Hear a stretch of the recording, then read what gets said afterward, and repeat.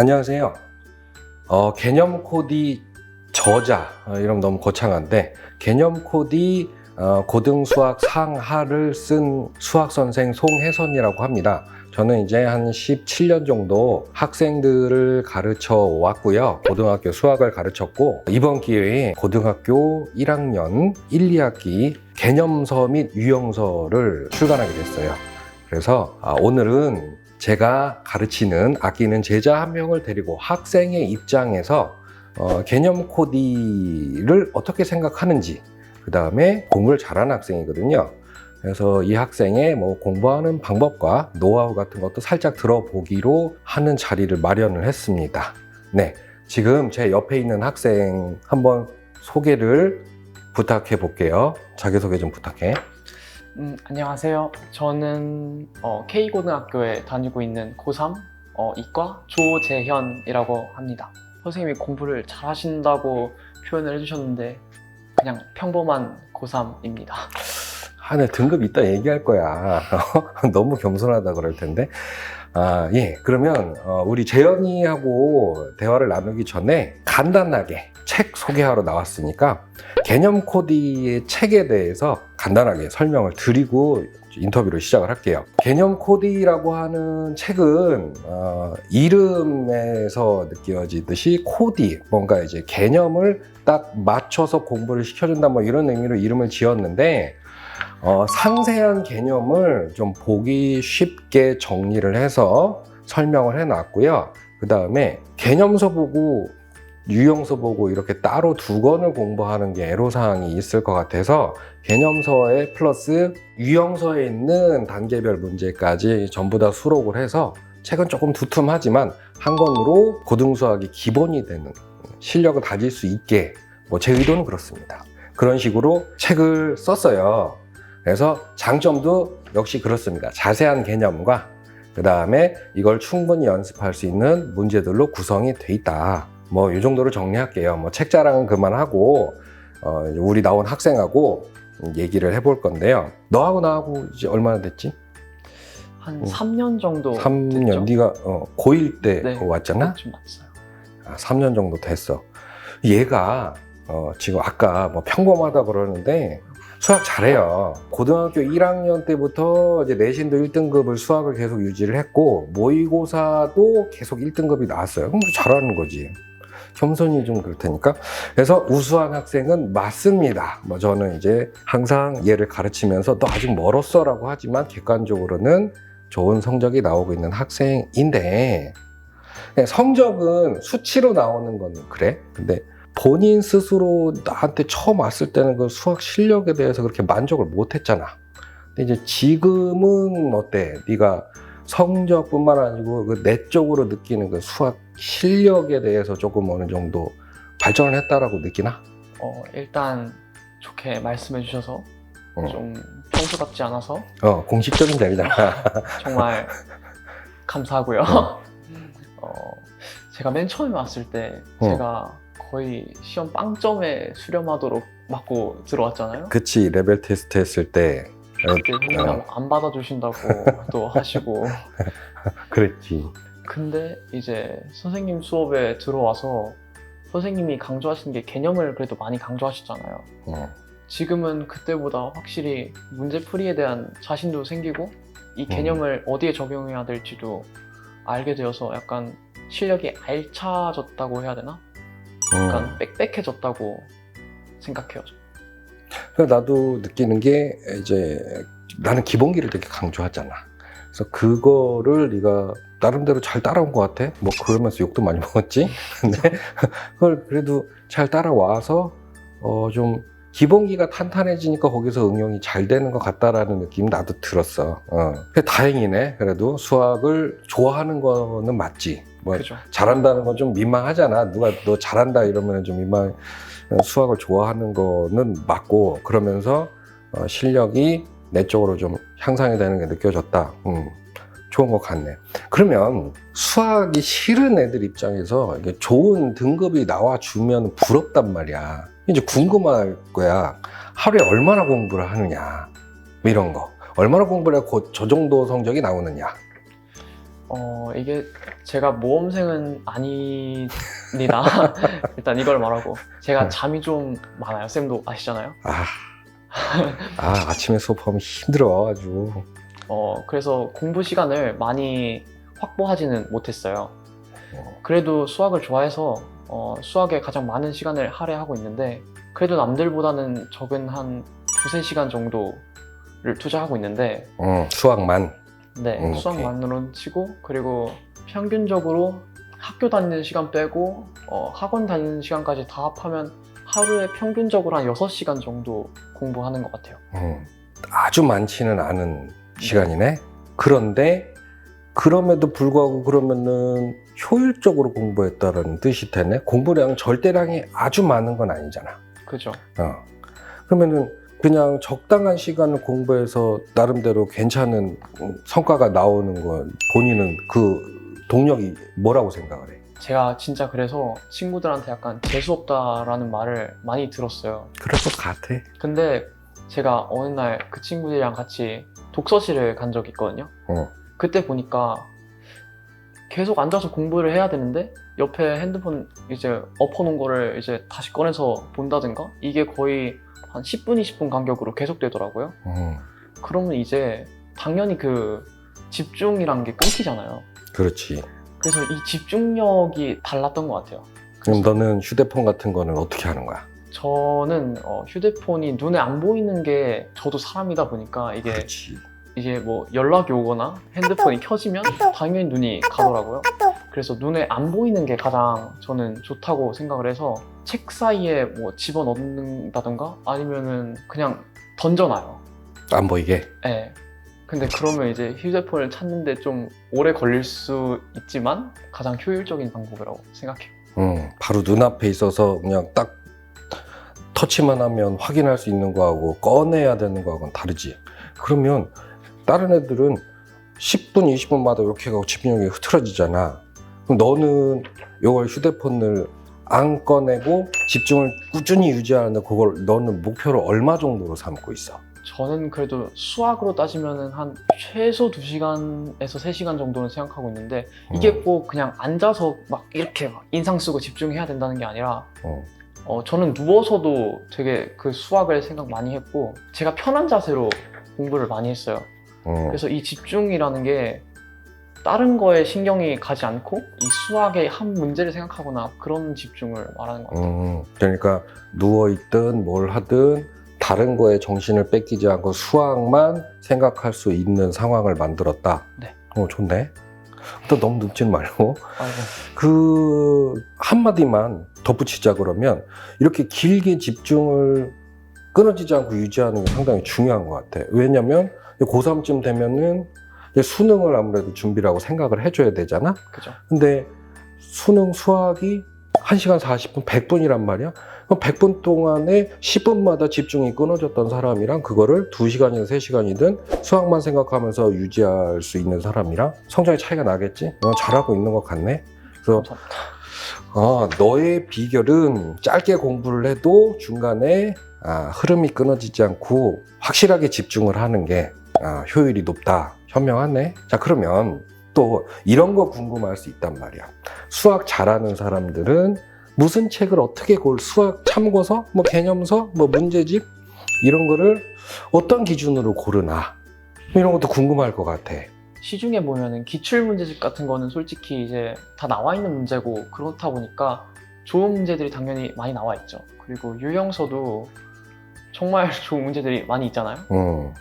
그래서 말할 수 있는 건 개념서를 어떻게 선택했는지 정도가 제가 말씀드릴 수 있는 선인 것 같아요. 그래서 이 개념서는 저는 흐름을 가장 중요시하게 생각을 해서 이 흐름을 정리할 수 있도록 도와줄 수 있는, 그래서 한마디로 정리하자면 가독성이 좋은 책들을 정했던 것 같아요. 개념 설명이 눈에 잘 들어오게 흐름이 쫙 이런 책, 그게 뭐라고?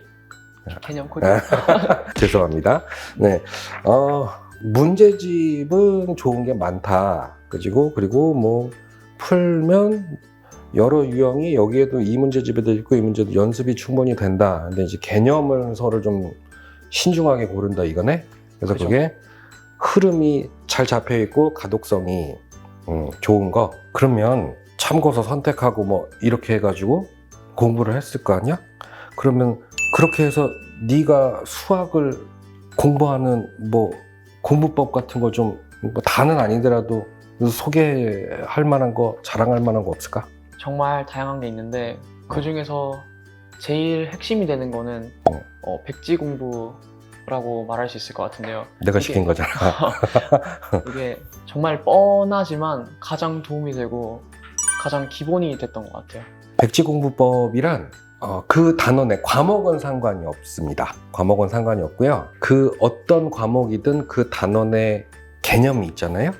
그 개념을 뭐 어떤 식으로 공부하든 상관없어요. 줄을 치면서 참고서를 읽든 아니면 요약하든 베끼든 책을 보면서 먼저 공부를 하죠. 그리고 내 머릿속에 넣을 거예요. 그 다음에 백지공부법은 그 책을 덮습니다. 그리고 연습장이나 백지 하나를 놓고 내가 조금 전에 공부한 내용들을 흐름에 맞게 순서대로 다 서술하고 요약해서 쓰는 거예요. 그러면 이거를 쓰다가 내가 이 내용 뭐 있었지 하다가 어디서 딱 막혀요. 그 다음 뭐였지? 그 부분이 자기가 약한 거라. 그러면 막히기 시작을 하면 거기서부터 다시 펼쳐서 그 부분을 다시 공부를 하고 또 백지를 처음부터 또 공부를 하는 거예요. 이거를 얘한테 토할 정도로 시켰다. 미안하다. 네, 백지 공부가 그래서 너는 백지 공부가 그때 그렇게 질색을 하더니 도움이 많이 됐나 보네? 네. 그리고 이게 개념 코디를 봤더니 정말 흐름이 잘 정리되어 있더라고요. 제가 이때 이게 그냥 생으로 외우는 게 정말 어렵잖아요. 이게. 그렇지. 근데 지금 이 개념 코디를 이제 1학년 친구들이 하잖아요. 1학년 때 보면 한국사도 배우고 사회도 배우고 이제 이런 걸 배우다 보면 진짜 생으로 외우는 게 힘들어요. 그래서 흐름을 만들어야 된다고 생각을 하는데 그 흐름을 만드는 데 도움이 됐던 게 개념 코디가 되지 않았을까.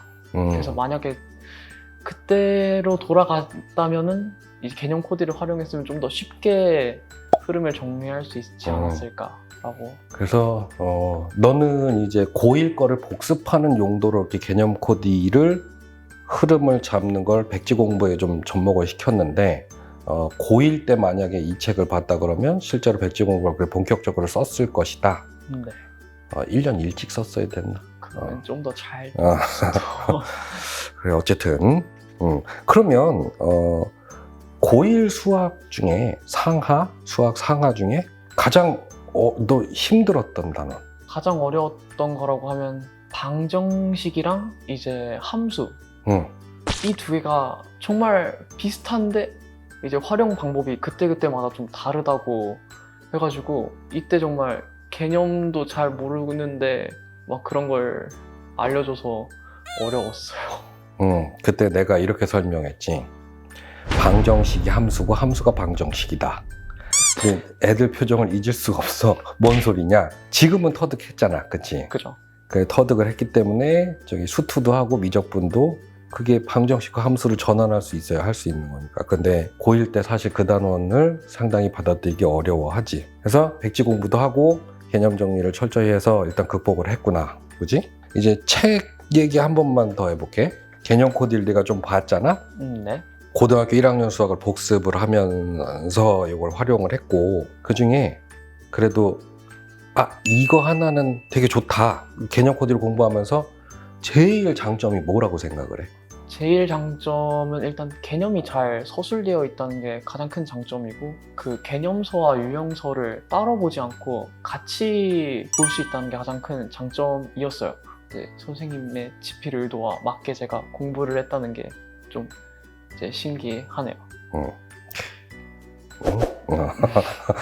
아무튼 자꾸 이게 주책 떨면 안 되는데 그 의도에 맞게 공부를 해줘서 되게 고맙네. 어쨌든 그러면 뭐 물론 네가 개념서를 이것만 봤을 리도 없고 고3이 됐으니까 개념서 엄청 많이 봤고 다른 수학 수험서 문제집 많이 봤을 텐데 그러면 개념 코디가 다르다. 이 점에서는 확실히 다르다라고 하는 거 뭐 느낀 거 없을까? 개념 코디 중간중간에 보면 중등 리뷰라는 부분이 있잖아요. 이제 수능을 준비하는 친구들 보면은 중학교에 원의 도형에 관한 성질들이 정말 많이 쓰이잖아요. 근데 이제 그런 부분들을 찔러주셔서 책 중간중간에 써주셔서 그런 부분이 가장 좋았던 것 같아요. 이게 개념을 딱 건드려주기만 해도 이게 다 생각이 나잖아요. 그렇지. 뭐 활용할 수 있는 거.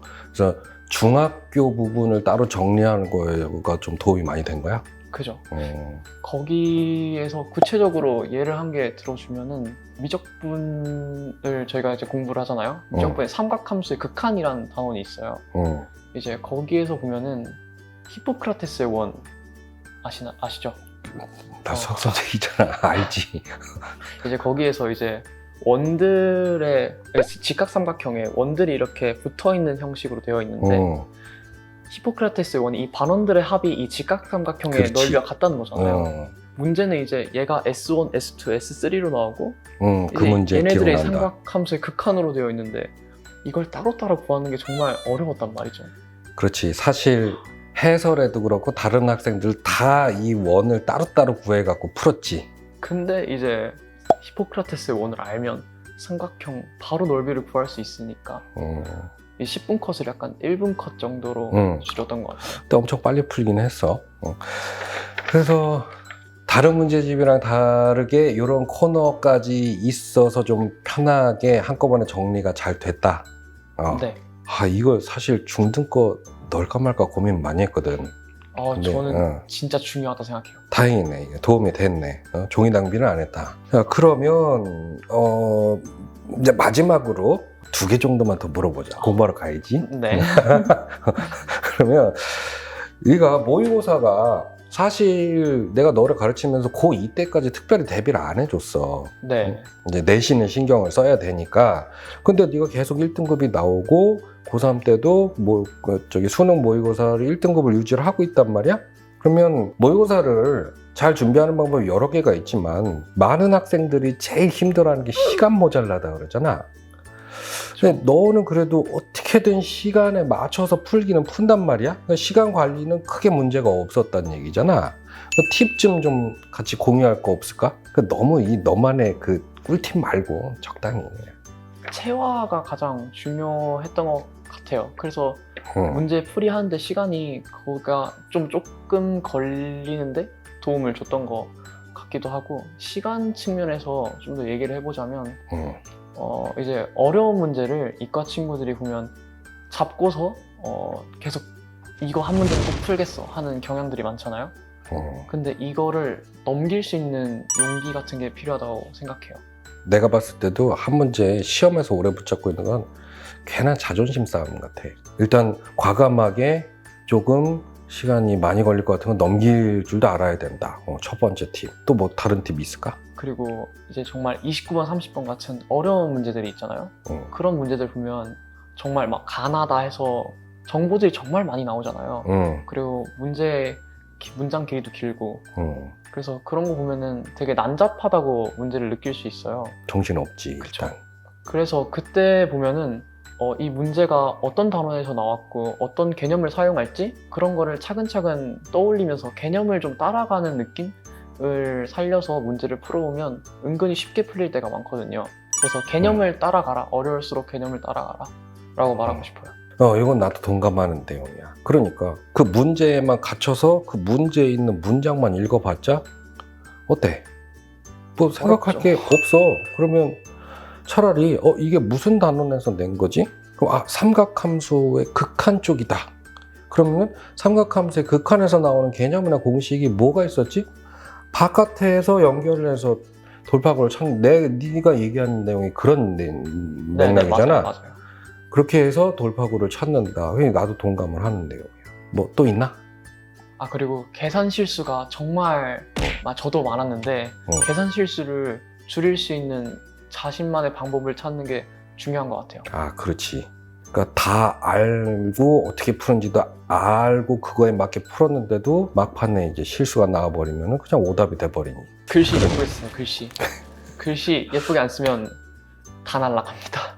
너도 못 알아보는 사태가 벌어지면 네. 잘못 쓰면 틀리는 거지. 노하우 얘기 잘 들었고, 그럼 이제 마지막으로 지금 너는 이제 고등학교 과정을 거의 다 마무리한 이제 3학년이잖아. 이제 지난 과정을 돌아봤을 때 이제 막 고등학교 수학을 시작하는 뭐 중3이 될 수도 있고 고등학교 1학년 예비 고1이 될 수도 있는데 아니면 현재 고1이거나 이런 후배들한테 본인이 느꼈던 거 이거 진짜 중요하다라고 하는 거 없을까? 제가 감히 말해서 약간 조금 그럴 수 있지만 제가 느낀 측면에서 말을 해보자면 첫 번째는 개념을 확실하게 이해하라. 외우는 것보단 이해하라라고 말하고 싶어요. 수학에서도 보면은 가장 수상하가 가장 기본이 되는 거잖아요.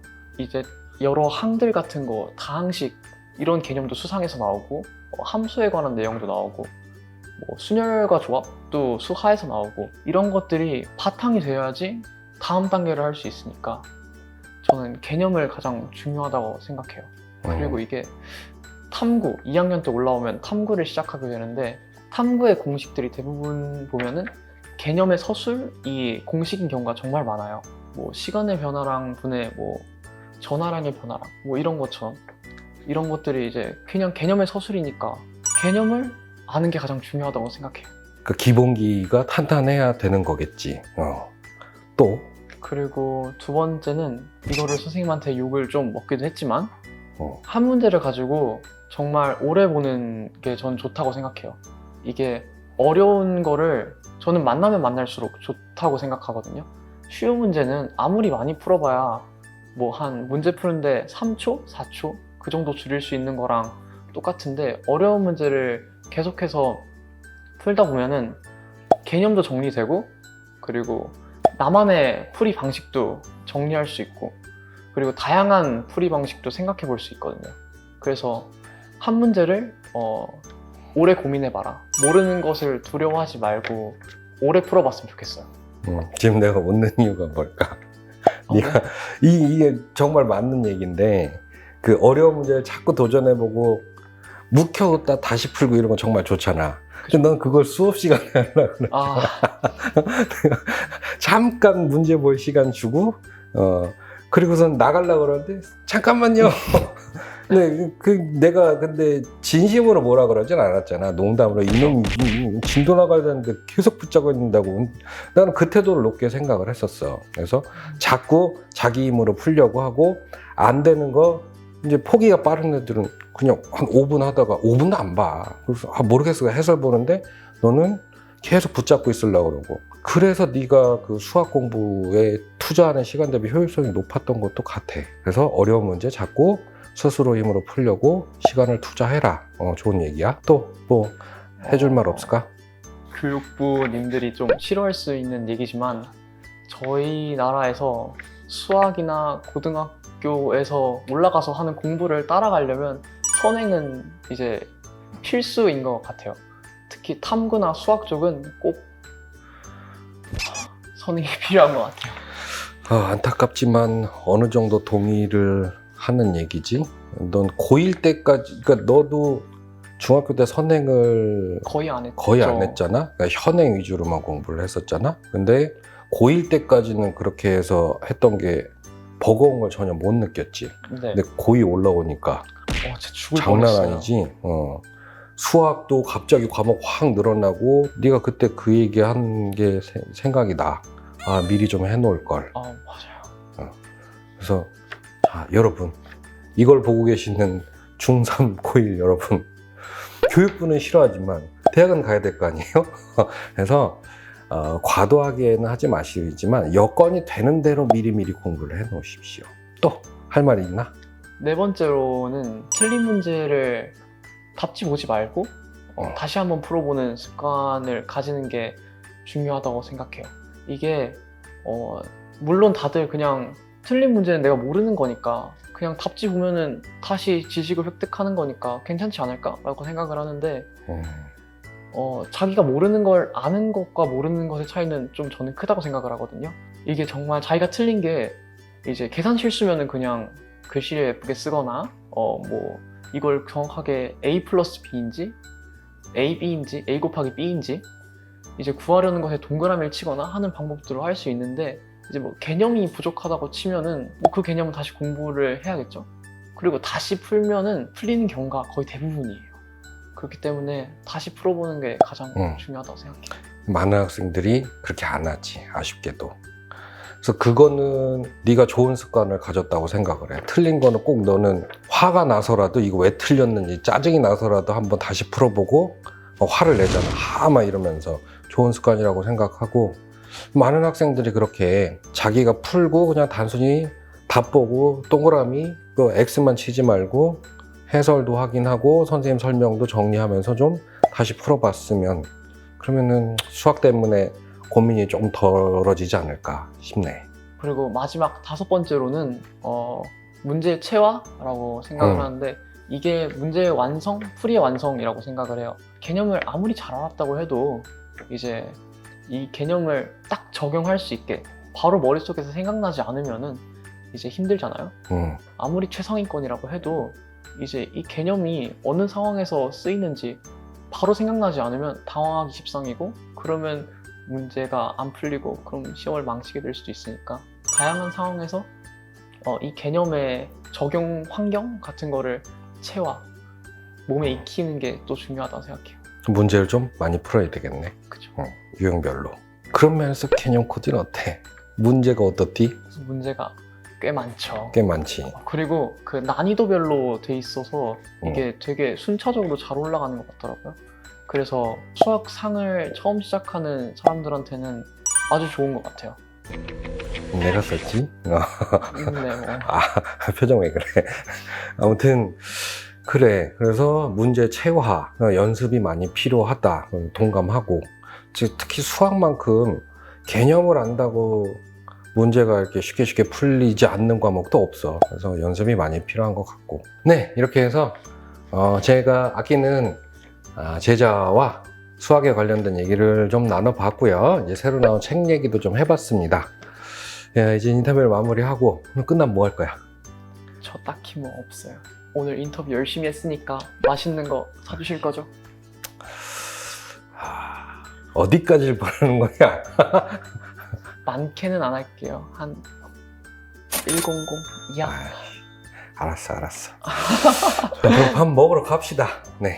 네, 여러분 시청해 주셔서 감사합니다.